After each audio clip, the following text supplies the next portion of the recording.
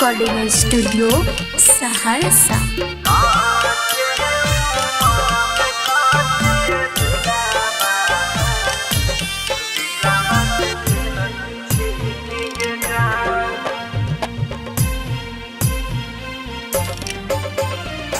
काचे उमर में काचे दिलावा दिलावा से खेलती छी गे जान।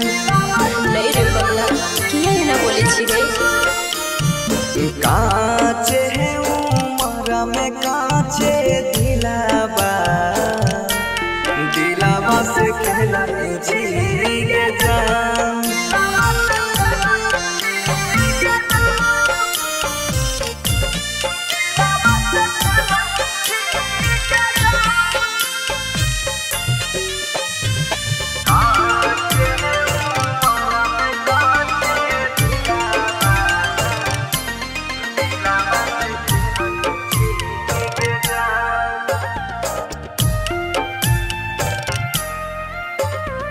चल जाई भी छोड़ के ससुरा बियाह घरे आज गे।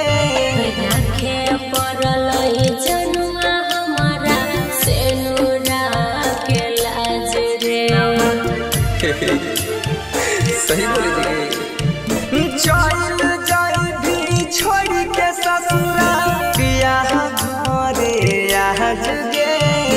आँखे पड़ल जनुआ हमारा सेनुरा के लाज रे।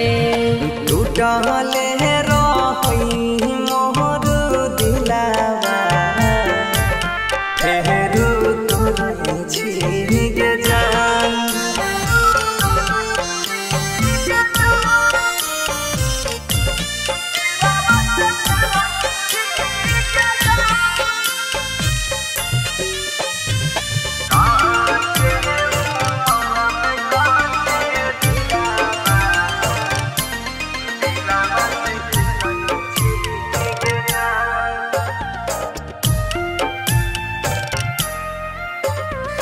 दिला के दर्द हमारा दिला से न जाएगे।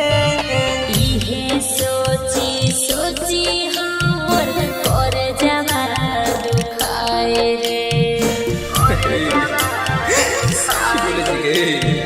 दिला के दर्द हमारा दिला से न जाएगे।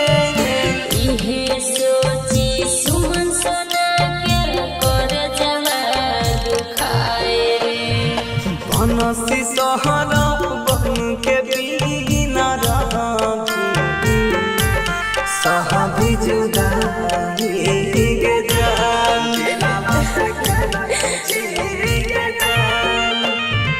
Recording by Sujit Saharsa.